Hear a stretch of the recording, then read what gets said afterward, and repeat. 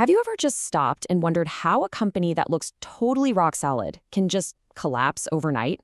Well, the answer usually comes down to this one distinction that honestly, most people get wrong: the difference between liquidity and capital. Yeah, it sounds a little technical, but trust me, understanding this is the key to seeing why financial crises happen in the first place. So let's start with this question, right? A paradox that just seems to break all the rules of logic. How can a company that looks perfectly healthy on paper suddenly go completely bankrupt? I mean, this is the exact question that kept regulators and investors up at night back in 2008. And look, this isn't just some textbook theory.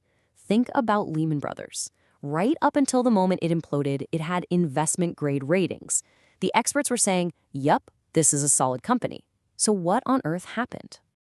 To get to the bottom of that, we have to solve what I call the Lehman paradox. How can a firm be solvent, meaning its assets are actually worth more than its debts, and still go bankrupt? Okay, so here's the heart of the paradox. For Lehman, the problem wasn't its long-term value. Nope. The problem was that it couldn't get its hands on cash to pay its bills today. It literally ran out of ready money, and that triggered a total collapse.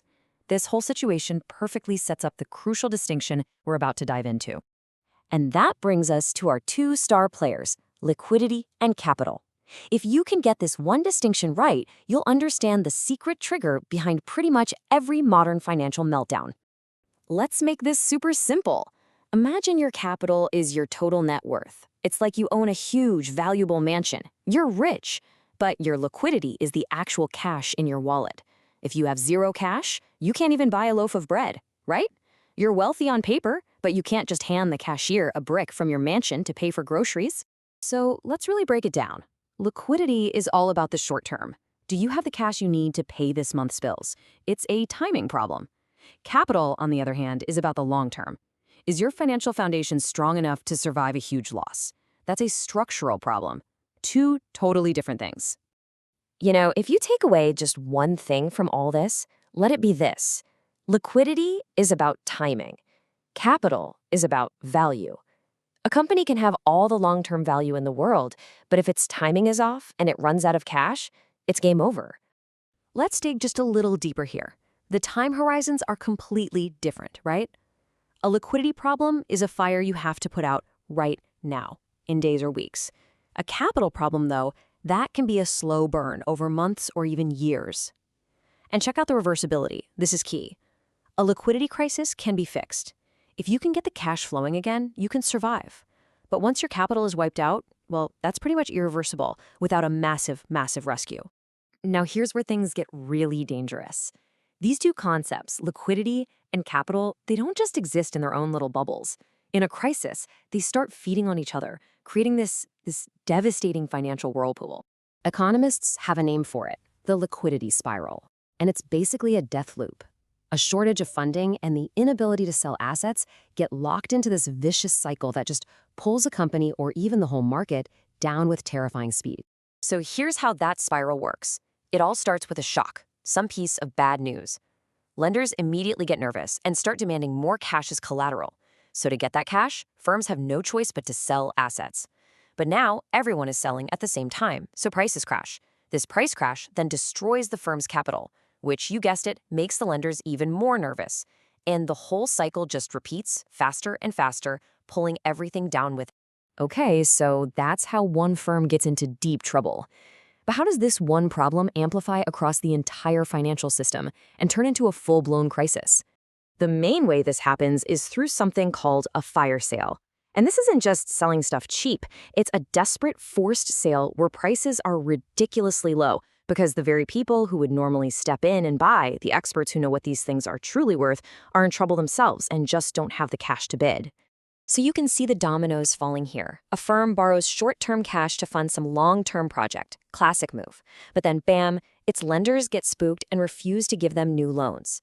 Now the firm is forced to sell those long-term assets in a fire sale, taking absolutely massive losses. And just like that, poof, its capital is gone. The company has gone from being solvent but illiquid to just plain insolvent. So, the absolute crucial takeaway is that this spiral turns what should be a temporary cash flow problem into a permanent, irreversible bankruptcy. It's basically the financial version of a tiny spark starting a massive forest fire. So after 2008, what did we actually learn from all this? How do you even begin to fix a system where this kind of thing can happen? Well, it turns out the answer is all about using the right tool for the right job. A common mistake is thinking all bailouts are basically the same. They're not even close. The solution has to match the problem. Are you dealing with a liquidity fire that you can put out with water, or are you trying to rebuild a house that's already collapsed into a pile of ash? See, for an illiquidity problem, that's a timing issue. The central bank can step in. It acts like a lender, providing the cash, the water, to unfreeze the markets. But for an insolvency problem, or real structural hole in the balance sheet, the government has to step in with new capital. They basically have to become a part owner to stop a total collapse. They are two very different medicines for two very different diseases. After the crisis, regulators came up with new rules, called Basel III, that forced banks to have separate safety cushions for both capital and liquidity. Makes sense, right? But here's the tricky part, the dilemma. Sometimes these rules can actually work against each other. For example, if the rules encourage every single bank to hold the exact same safe assets for both cushions, what happens if that one safe thing suddenly goes wrong? Well, now everyone is in trouble at the exact same time. And this really gets to the fundamental limit of what a central bank can actually do.